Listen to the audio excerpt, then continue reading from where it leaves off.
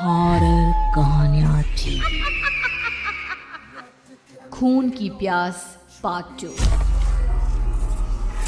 और उसके बाद वो जंगल एक बार फिर से सुमन की चीखों से गूंज उठा। लेकिन आज की रात सुमन की चीखों को सुनने वाला वहां पर कोई भी नहीं था। अगर वहां पर कोई मौजूद था तो बस हरिया, जो कि अब एक भेड़िए में बदल चुका था। सुमन के बालों को पकड़कर घसीटते हुए वो जंगल के बीचों बीच एक जगह पर ले जा रहा था। अगली सुबह गांव में। अरे भाई, पता नहीं क्या बात है, अपने गांव का हरिया किसान और उसकी पत्नी सुमन दोनों गायब हैं। दोनों का कोई अता पता नहीं। अरे कैसी बातें कर रहे हो भाई, ये कब हुआ है? अरे पूरे गांव में खबर फैली पड़ी है। कल रात को दोनों खेत की तरफ जा रहे थे, लेकिन लौटकर आए ही नहीं। तो हो सकता है अपने खेत पर होंगे। पूरा गांव ढूंढ कर आया है भाई। जानते हो क्या मिला वहाँ पर? क्या हुआ भाई, क्या मिला? बताओ हमें, क्या मिला? अरे हरिया की पत्नी सुमन के कपड़े पड़े हुए थे। शरीर का एक एक कपड़ा फटा हुआ झोपड़ी के बाहर पड़ा था, लेकिन दोनों पति पत्नी का कोई पता ठिकाना नहीं था। अरे भाई, लेकिन उसका जो दोस्त है ना रामू किसान, उससे पता करके आते हैं ना। अब तक तो दोनों साथ ही खेत पर जाया करते थे। हाँ, हमें उसके घर जाना चाहिए भाई। चलो वहाँ चलते हैं, चलो। वो सारे लोग रामू के घर पर पहुंचते हैं। रामू अपने घर के बाहर बैठकर हुक्का पी रहा था। आज सारे के सारे लोग टोली बनाकर मेरे घर क्यों आ रहे हैं? क्या कोई मर गया क्या भाई? अरे कैसी बातें कर रहे हो? तुम्हारा सबसे अच्छा दोस्त हरिया और उसकी पत्नी गायब है और तुम यहाँ बैठकर हुक्का पिए जा रहे हो, हैं? रामू ने अजीब सी नजरों से उन सब गांव वालों की तरफ देखा, जिसकी वजह से वो लोग एक बार के लिए डर गए। गायब है? अरे गायब नहीं है, मुक्ति मिल गई है। उन दोनों को मुक्ति मिली है। इस दुनिया में आकर हर इंसान पाप करता है और उसे उसके पापों के लिए मुक्ति मिलना बहुत जरूरी है। अरे ये कैसी बहकी बातें कर रहे हो भाई, हैं? और इसका चेहरा अजीब सा क्यों लग रहा है?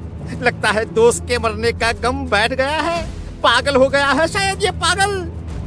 ये बात सुनते ही रामू चीख कर जोर से चिल्लाते हुए कहता है, पागल मैं नहीं हूँ, पागल तुम सब हो। और ये शैतानी जंगल अब तुम में से किसी को नहीं छोड़ने वाला, सबको खा जाएगा। याद रखना मेरी बात। शैतानी जंगल? कैसा शैतानी जंगल? लगता है रामू पागल हो चुका है। हमें यहाँ से चलना चाहिए भाई। चलो।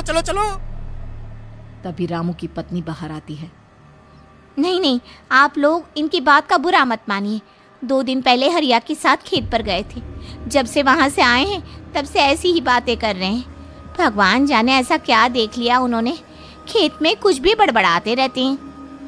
लेकिन गांव के लोगों ने कमला की कोई बात नहीं सुनी और वो सब वहां से चले गए। रात अब धीरे धीरे ढलने लगी थी। तभी अचानक किसी ने धीमी सी आवाज में रामू को पुकारा। रामू, आ जाओ, मैं तुम्हारा इंतजार कर रहा हूँ। और सुनो, अपनी पत्नी को साथ लेकर आना, नहीं तो काम अधूरा रह जाएगा। ये आवाज सुनते ही रामू के चेहरे पर शैतानी मुस्कुराहट आ जाती है। वो धीमे कदमों से अपने घर के अंदर आता है। क्या हुआ? तबीयत ठीक है ना अब आपकी? मैं तुझे अपने साथ खेत पर ले जाने आया, चल। मैं तुम्हारे साथ कहीं नहीं जाने वाली। मुन्ना गहरी नींद में सो रहा है और उसे अकेला छोड़कर मैं तुम्हारे साथ खेत पर नहीं आ सकती। वैसे भी तुम्हारे उन खेतों में भगवान जाने कौन सा राक्षस घूम रहा है, मुझे तो डर लगता है। रामू गुस्से में दांत पीसता अपनी झोपड़ी से बाहर आ जाता है और कमला गहरी नींद में अपने बच्चे के साथ सो जाती है। तभी अचानक रात को रामू की झोपड़ी के ऊपर एक साया वही गाना गुनगुनाते हुए घूमने लगता है जो हरिया के मोबाइल में बजा करता था।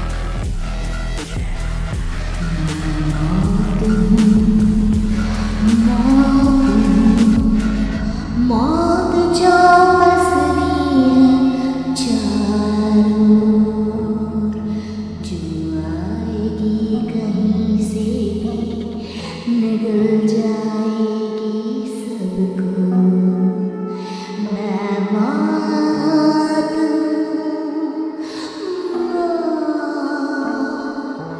अब मैं छोड़ूंगी नहीं किसी को।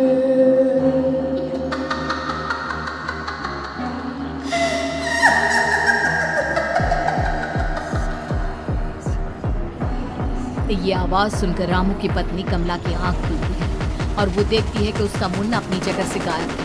कमला चीखते हुए बाहर दौड़ कर आती है। वहां पर उसने देखा कि रामू ने अपने बच्चे को झोपड़ी के बाहर एक पेड़ से उल्टा लटकाया हुआ था और उसका बच्चा चीख चीख कर रो रहा था।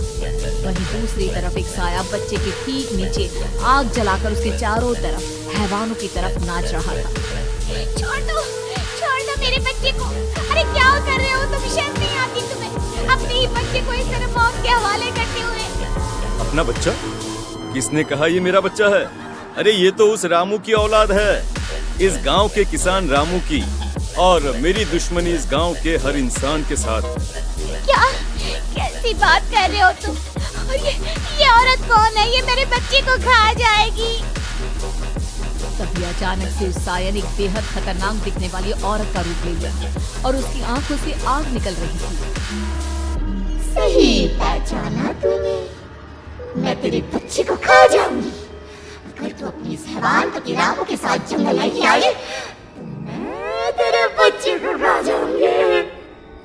लेकिन क्यों? आखिर क्या चाहती हो तुम मुझसे? मुझे जंगल क्यों ले जाना चाहती हो? औरत बुरी तरह से ठहाके मार मार कर जोर जोर से हंसने लगी और साथ में रामू भी। ये तो तुझे वहाँ चलने के बाद ही पता चलेगा ना। अगर तू नहीं आई तो थोड़ी देर में तेरा ये बच्चा आग में जलकर मर जाएगा। चल जल्दी। नहीं मेरे बच्चे को छोड़ दो। तुम जहाँ कहोगे मैं तुम्हारे साथ चलने के लिए तैयार हूँ। और उसके बाद उस बच्चे को झोपड़ी में लिटाकर आगे आगे वो साया चल रहा था और उसके पीछे पीछे रामू अपनी पत्नी के बाल पकड़कर उसे घसीटते हुए जंगल की तरफ ले गया। जंगल में जाने के बाद कितनी खूबसूरत हो तुम। आज की रात बस तुम और मैं एक दूसरे के साथ रहेंगे। मुझे तुमसे बहुत डर लग रहा है। तुम्हें क्या हो गया है? तुम तो बिल्कुल ठीक थे। वो होगा जो हमारे बीच होना चाहिए। तो आओ अपने आप को मेरे हवाले कर दो।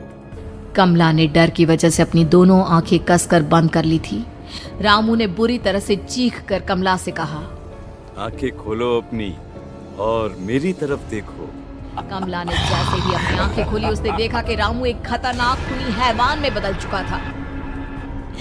कौन हो तुम? जाने दो मुझे। क्या चाहते हो मुझसे? वही जो एक आदमी एक औरत से चाहता है। मैं तुम्हारा पति रामू नहीं, बल्कि इस जंगल का एक भेड़िया हूँ, और आज की रात तुम्हारे खून से अपनी प्यास बुझा जाऊं। और उसके बाद वो जंगल कमला की दर्दनाक चीखों से गूंज उठा। अगली सुबह कमला के कपड़े भी जंगल में उसी तरह पाए गए जैसे कि सुमन के पाए गए थे। इस घटना के बाद पूरे गांव में दहशत का माहौल था। अपने माँ बाप की मौत और गांव में हो रहे इस तरह की घटनाओं की खबर सुनकर किशन शहर से गांव लौट आया था। अपने माँ बाप की बेदर्द मौत की वजह से वो बहुत परेशान था। तभी अचानक उसे अपने घर में खाट के नीचे पड़ा हुआ वो मोबाइल फोन मिला जो उसने अपने पापा हरिया को गिफ्ट किया था। अरे कितने प्यार से पापा के लिए मोबाइल फोन लेकर आया था। इसे एक दिन भी काम में नहीं ले पाए। और आखिर कौन है जो गांव में इस तरह की हत्याएं कर रहा है? क्या है इन सब के पीछे? क्या है?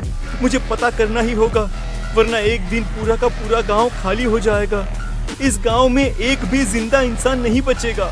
गांव के लोगों की मदद करने के इरादे से किशन अपने गांव से दूर एक दूसरे गांव में बहुत बड़े तांत्रिक के पास मिलने के लिए गया।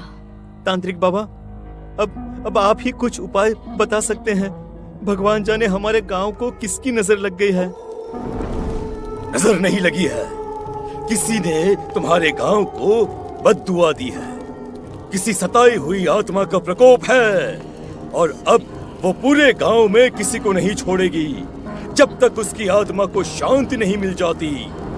अरे लेकिन ऐसा कौन है बाबा? किसकी आत्मा है और कैसे मिलेगी उसे शांति? मौत है मौत, कहीं से भी आएगी और सबको निगल जाएगी। इससे बचने का सिर्फ एक ही उपाय है, लेकिन उस उपाय को करना आसान नहीं होगा। जो भी उस उपाय को करने की कोशिश करेगा उसकी जान जा सकती है। भले ही मेरी जान चली जाए, लेकिन मैं अपने गांव के लोगों की जान बचाने की पूरी कोशिश करूंगा बाबा। तो ठीक है, फिर अगली अमावस की रात जैसा मैं कहता हूँ वैसा ही करना। अमावस की रात तांत्रिक के बताए अनुसार किशन अपने साथ केरोसिन लेकर जंगल की तरफ चल पड़ा। उसके हाथ में देवी के मंदिर का सिंदूर भी था। किशन जंगल के बीचों बीच पहुंचा। ये देखकर उसकी आंखें फटी की फटी रह गई। वहां एक उबलते पानी का तालाब था और कई लोगों की लाश लटक रही थी। किशन की माँ बाप की लाश भी वहीं थी। माँ, बापू, क्या हो गया? ये क्या हो गया? तभी वहां पर एक औरत और आदमी आते हैं। उन्हें देखकर किशन चौंक जाता है। गोपाल काका, आपकी तो 5 साल पहले मौत हो गई थी। और निर्मला काकी, आप? मौत तो हो गई थी, लेकिन तुम ये नहीं जानते कि हमारी मौत कैसे हुई थी। क्या कहना चाहते हैं आप? कुछ नहीं, बस ये जान लो कि अब इस गांव में कोई जिंदा नहीं बचेगा। लेकिन क्यों काकी? क्योंकि 5 साल पहले इन गांव वालों ने मुझे डायन बताकर पत्थर मार मार के मार डाला। मेरी कोई गलती नहीं थी। गांव का एक बच्चा क्या लापता हुआ, सारा इल्जाम मेरी पत्नी पे डाल दिया। और जब मैंने निर्मला की जान बचाने की कोशिश की तो मुझे भी मार डाला।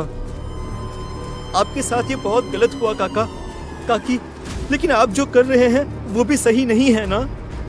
तुम यहाँ से चले जाओ वरना तुम भी नहीं बचोगे। हमारी आत्मा पिछले 5 साल से मुक्ति के लिए भटक रही है। चले जाओ यहाँ से। मौका देखकर किशन सिंदूर उन दोनों के ऊपर डाल देता है। उनका शरीर जलने लगता है और वो भयानक तरीके से चिल्लाने लगते हैं। अगले ही पल किशन उनके ऊपर केरोसिन डाल देता है और वो दोनों जल जाते हैं। किशन अपने माँ बाप और दूसरी लाशों का अंतिम संस्कार करवाता है और अपने घर लौट आता है। लेकिन वो अभी भी इस बात से अनजान है कि मोबाइल अभी भी बज रहा था।